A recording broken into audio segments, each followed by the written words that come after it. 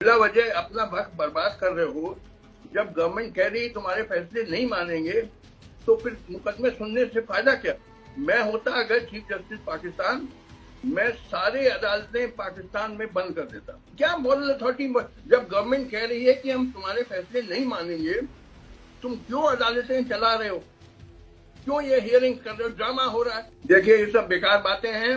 ये जजेस जो हैं इंक्लूडिंग योर चीफ जस्टिस बस देख रहे हैं अपनी सैलरी, अपने पर्क्स, अपना पेंशन, रिटायरमेंट आ रहा है कि पेंशन कितना मिलेगा। इसके अलावा इनको कोई किसी चीज में दिलचस्पी नहीं है। अब बिल्कुल साफ हो गया। बेंच में आए बाकी जजेस के साथ, आप बैठे, फिर एकाएक खड़े हो गए और कहते हैं मैं जा रहा हूं, ये कोई बेंच नहीं। ये क्या तरीका है। आप पहले से कह देते चीफ जस्टिस से कि मैं नहीं बैठूंगा इस बेंच में क्योंकि इसको मैं मानता नहीं। मगर आप क्यों आए, क्यों, कोई ड्रामा करना था। ये काजी फैज ईसा को कोई मतलब एटिकेट नहीं मालूम, क्या कोर्ट का बिहेवियर कैसे होना चाहिए, और ये चीफ जस्टिस ऑफ पाकिस्तान होने जा रहा है। देखिए इमरान खान का फ्यूचर बहुत ब्राइट है। वही एक है जो मदद कर सकता है पाकिस्तान को, क्योंकि बेसिकली ईमानदार आदमी है। अस्सलाम वालेकुम नाज़रीन, आप सियासत और पीके देख रहे हैं। सौरभ बरकत आपसे मुखातिब है। इंडियन सुप्रीम कोर्ट के साबिक जज मार्कंडे काजू साहब भारत से हमारे साथ मौजूद हैं। काजू साहब सर अस्सलाम वालेकुम। वालेकुम सलाम। काजू साहब, आपका मैं देख रहा था ट्विटर के ऊपर, आपने लिखा हुआ है कि आपने जस्टिस बंदयाल साहब को, जो चीफ जस्टिस पाकिस्तान है, उन्हें एक ईमेल भी की है और आपने उन्हें कहा है कि पाकिस्तान में अदालतों को ताले लगा दें अगर आप फैसलों पर अमल दरामद नहीं करवा सकते। देखिए मैंने साफ साफ कह दिया कि जब आपकी गवर्नमेंट कोर्ट के फैसले मानने को तैयार नहीं है, अब जो फैसला था कि 14 मई को चुनाव होगा, नहीं माना। अभी भी देखिए तमाशे करते, आपके राना सनाउल्लाह साहब ने कहा हम नहीं मानेंगे फैसला। ये जो सिविलियंस का ट्रायल मिलिट्री कोर्ट में हो कि ना हो, इस पे चल रहा है, तमाशा चल रहा है। मैंने कहा कि भैया तुम बिला वजह अपना वक्त बर्बाद कर रहे हो। जब गवर्नमेंट कह रही है तुम्हारे फैसले नहीं मानेंगे तो फिर मुकदमे सुनने से फायदा क्या। मैं होता अगर चीफ जस्टिस पाकिस्तान, मैं सारे अदालतें पाकिस्तान में बंद कर देता और गवर्नमेंट से कहता जब तक तुम नहीं अग्री करो कि हमारे फैसले मानोगे, कोई अदालत नहीं चलेगी पूरे पाकिस्तान में। क्योंकि फायदा क्या अदालत चलाने का अगर तुम अदालत के फैसले नहीं मानो। तो लिहाजा मैं तो सब बड़ा सख्त कदम उठाता। ड्रामा चल रहा है कि 9 जज की बेंच बनी, फिर वो काजी फैज ईसा ने कहा मैं इस बेंच को नहीं मानता, और वो तारिक मसूद 2 जजेस भाग गए। फिर वो अभी क्या मंसूर अली शाह साहब ने कहा कि मेरे खिलाफ ऑब्जेक्शन है कि मैं वो फॉर्मर सीजीआई का रिश्तेदार हूं, तो मैं छोड़ के चला गया। तो अब रह गए 6। तो मैंने एक मजाक में ट्वीट लिखा कि अटॉर्नी जनरल साहब को कहना चाहिए जब ये 6 जज बेंच बैठे तो इस तरीके में बताता चलूंगा क्या तरीका है, तुम लोग एक भी जज नहीं रहे। ये क्या तमाशा बना दिया, ड्रामा चल रहा है। अरे बंद कर दो अदालतें। जब गवर्नमेंट कहती फैसले नहीं मानेंगे तो क्या फायदा, तुम अदालतें चला रहे हो भाई। सर, आप सुप्रीम कोर्ट में ही पाकिस्तान के मुअज़्ज़ज़ जज चीफ जस्टिस पाकिस्तान ने बड़ा खुलकर कहा। उन्होंने कहा जी हमारी मॉरल वैल्यू खत्म हो रही है, जुडिशरी की मॉरल वैल्यू मुतासिर हो रही है। हमारे पास कोई छड़ी नहीं है, डंडा नहीं है कि हम अपने फैसलों पर अमल दरामद करवा दें। जाहिर है एक मॉरल एक वैल्यू होती है, एक कॉन्ट्रैक्ट होता है रियासत का, जिसकी वजह से जुडिशरीज आजाद होती हैं। आप नहीं समझते कि एक सुप्रीम कोर्ट की जो मॉरल वैल्यू इस मुल्क के अंदर है वो इस वक्त कोलैप्स हो रही है?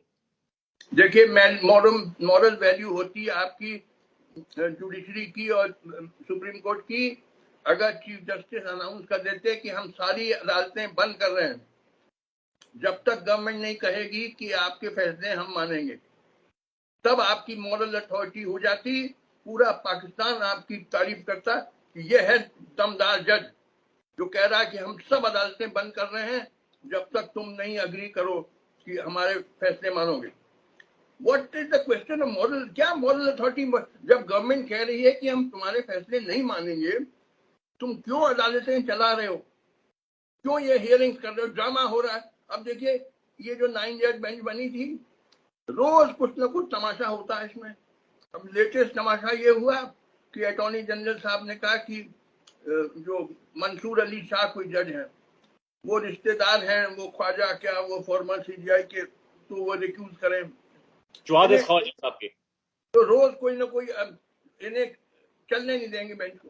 तो जब ये बिल्कुल क्लियर हो गया है, वाजह हो गया है, तो अनाउंस कर दें कि हम बंद कर रहे हैं अदालतों को। आप नहीं चाहते हमारे फैसले तो ठीक है, हम नहीं अदालतें चलाऊंगे, हम सारे पाकिस्तान। सर हम आपके लेंस से समझना चाह रहे हैं, पाकिस्तान के जो मुअज़्ज़ज़ चीफ जस्टिस हैं वो इस वक्त सोच क्या रहे होंगे जब वो देख रहे हैं कि हुकूमत तो खैर बहुत सारी चीजें कर ही रही है, लेकिन उनके अपने साथी जज, उनका अपना सुप्रीम कोर्ट, उनका अपना घर इन ऑर्डर नहीं है। उनके अपने घर के अंदर, जिस तरह एहतजाज हसन साहब ने कहा कि सबने अटैक कर रखा है और लोग ऊपर से झांक रहे हैं, अपना घर तो ठीक करें। यानी जजेस के अंदर जो डिवाइड आ गया है, क्या कर सकते हैं चीफ जस्टिस ऑफ पाकिस्तान? देखिए ये सब बेकार बातें हैं। ये जजेस जो हैं इंक्लूडिंग योर चीफ जस्टिस बस देख रहे हैं अपनी सैलरी, अपने पर्क्स, अपना पेंशन, रिटायरमेंट आ रहा है कि पेंशन कितना मिलेगा, इसके अलावा इनको कोई किसी चीज में दिलचस्पी नहीं है। अब बिल्कुल साफ हो गया, वरना तो ये सख्त कदम उठाते हैं कि अदालतें बंद कर दो भाई। ये सोचो, जब गवर्नमेंट ने कह दिया है, राना सनाउल्लाह ने औरों ने कह दिया है कि हम कोर्ट के फैसले नहीं मानेंगे, तो तुम क्यों कोर्ट चला रहे हो भाई? तुम कह दो कि हम अब पूरे पाकिस्तान में कोई कोर्ट नहीं चलेगा जब तक गवर्नमेंट नहीं अनाउंस करे कि हम कोर्ट के फैसले मानेंगे। सर इसी इंप्रेशन आ रहा है जो कुछ पाकिस्तान की सुप्रीम कोर्ट में हो रहा है, इससे इंप्रेशन इंटरनेशनली या फिर जो हमारे पड़ोसी मुल्क में, या आप लोग जो मुअज़्ज़िज़ जूरिस्ट हैं दुनिया भर के, यानी जजेस हैं, आप लोग जब देखते हैं सारे मामलों को तो क्या महसूस करते हैं? महसूस करते हैं कि आपकी कोर्ट नहीं है, सर्कस है, ड्रामा होता है। ये जो बना था 9 जज बेंच, बड़ी बहादुरी से बनाई थी आपके चीफ जस्टिस बंडियाल साहब ने कि ये सिविलियन का ट्रायल हो सकता है मिलिट्री कोर्ट में कि नहीं। अब रोज कुछ ना कुछ अड़ंगा लगता है। पहले काजी फैज ईसा साहब हैं, उनको कोई पर्सनल रंजिश है चीफ जस्टिस बंडियाल से, मगर ये मतलब तो है नहीं कि आप बेंच को डिसरप्ट कर दीजिए। उन्होंने पहले दिन ही 9 जज बेंच, या तो वो जब उनको बताया गया कि आप इस बेंच में हैं, तो प्रीवियस इवनिंग कहते हैं रात को 8 बजे मुझे पिछले दिन बताया गया, तो ये चीफ जस्टिस से कह देते कि देखिए मैं नहीं रहूंगा बेंच में। He should have told the chief justice I will not sit in this bench. क्या जरूरत थी कि आप बेंच में आए बाकी जजेस के साथ, आप बैठे, फिर एकाएक खड़े हो गए और कहते हैं मैं जा रहा हूं, ये कोई बेंच नहीं। ये क्या तरीका है? आप पहले से कह देते चीफ जस्टिस से कि मैं नहीं बैठूंगा इस बेंच में क्योंकि इसको मैं मानता नहीं, मगर आप क्यों आए? क्यों? कोई ड्रामा करना था? ये काजी फैज ईसा को कोई मतलब एटिकेट नहीं मालूम, क्या कोर्ट का बिहेवियर कैसे होना चाहिए, और ये चीफ जस्टिस ऑफ पाकिस्तान होने जा रहा है। भाई आपको जब नहीं बैठना था उस 9 जज बेंच में, आप पहले से कह देते चीफ जस्टिस से कि भाई मैं नहीं बैठूंगा, मुझे ये मैं मानता नहीं हूँ बेंच को। मगर आप आए कोर्ट में बाकी जजेस के साथ और बैठे सब बेंच अपने अपने चेयर में, उसके बाद एकाएक आप खड़े हो गए और ड्रामा करने लगे कि कोई बेंच नहीं है, ये है वो है। अब वे फॉरवर्ड क्या है? पहले तो आप अपनी राय दें कि जो क्या सिविलियंस का मिलिट्री कोर्ट में ट्रायल होना चाहिए या नहीं होना चाहिए, और दूसरा ये वे फॉरवर्ड क्या है? मैंने बता दिया आपको, अब मैं रिपीट कर रहा हूँ, वे फॉरवर्ड एक ही है कि चीफ जस्टिस बंडियाल अनाउंस करें कि कोई कोर्ट नहीं चलेगी अब पाकिस्तान में।